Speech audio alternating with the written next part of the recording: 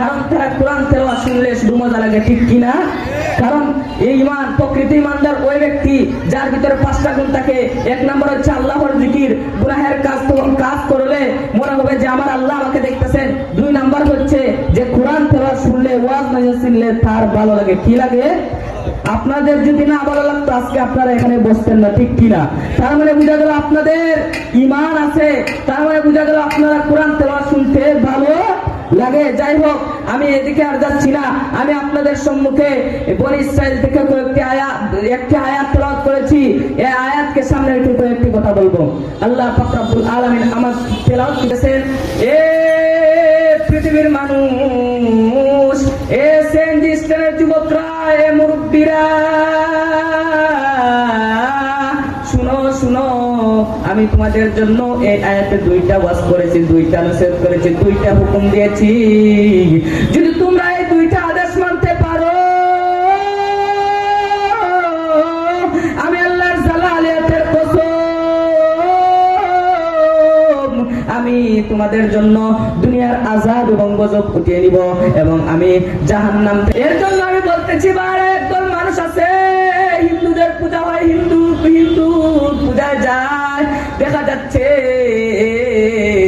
সন্তান না হয়, যদি সন্তান না হয় দেখা যাচ্ছে বাবার মাজারে যাইতেছে, গরু নিয়ে ছাগল নিয়ে গিয়া বাবারে চেষ্টা করে, মাজারের মধ্যে চেষ্টা করে। এমন আছে কি নাই? আছে।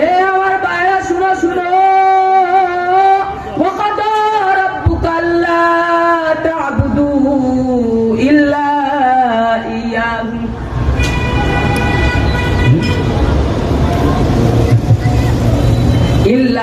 ইয়াহু, তোমরা আমার ইবাদত করো, আমার ইবাদত ছাড়া আর কারো ইবাদত করো না, ঠিক কিনা? যাই হোক, এ আমার ভাইরা, আমরা সদা সর্বদা কার ইবাদত করব? আল্লাহ এক না দ্বিতীয়? আল্লাহ এক, এটা আমাদের বিশ্বাস আছে কি নাই?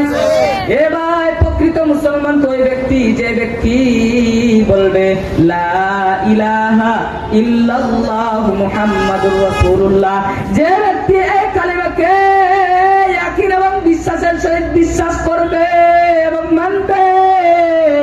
আমার আল্লাহ বলতেছেন, যে ব্যক্তি নাকি ইয়াকিন এবং বিশ্বাসের সহিত এই কালিমা মানবে, সে যত বড়ই গুনাহগার হোক, সে যত বড় সুদখোর হোক, সে যত বড় নাফরমান হোক, সে যত বড় মদখোর হোক, সে যত বড় জিনাখোর হোক, আমার আল্লাহ বলতেছেন, যদি কোনো বান্দা এই কালিমা মন থেকে বিশ্বাস এবং মানে ইখলাসের সহিত, তাহলে তার যে গুনাহগুলো আছে এই গুনাহগুলো আমি মাফ করে দেই এবং যে গুনাহগুলো আছে এই গুনাহগুলোকে সওয়াবে পরিবর্তন করে দেই। বলেন না সুবহানাল্লাহ।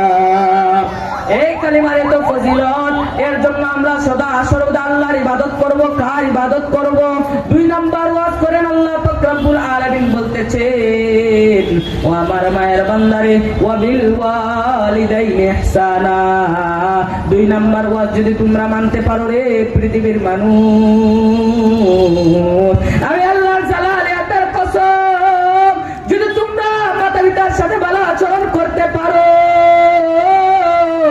মাতা পিতার সাথে ভালো আচরণ করতে পারো, মাতা পিতাকে খুশি রাখতে পারো, আমি আল্লাহর জালালিয়াতের কসম, আমি তোমাদের জন্য দুনিয়ার আযাব এবং গজব উঠিয়ে নিব এবং দুনিয়াতে সম্মানী বানাইব এবং কাল কিয়ামতের দিন জাহান্নাম থেকে মুক্তি দিয়ে জান্নাতে দিয়ে দিব। বলেন না সুবহানাল্লাহ। ওয়া বিল ওয়ালিদাইনি ইহসানা।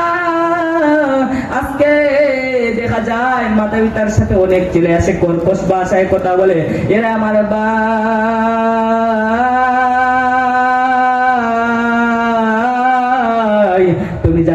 তুমি জানো না তোমার এখন ছেলে আছে, তোমার ছেলেকে তুমি যেভাবে ভালোবাসো ঠিক তেমনি ভাবে তোমার মাতা পিতাও তোমাকে ভালোবাসছে। এ ভাই, আজকে মাতা পিতার সাথে কর্কশ ভাষায় কথা বলি, মা যদি একটা বলে আমার ছেলে এটা করিও না, তুমি ধমক দিয়ে বলে তুমি যেটা বুঝো, ঠিক কিনা? এরকম ছেলে আছে কিনা? এর ভাই, মা এত দয়াবান, মা এত দয়ালু,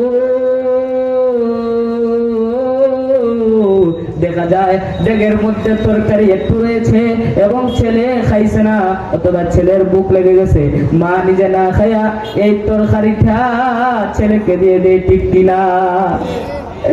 বাইরা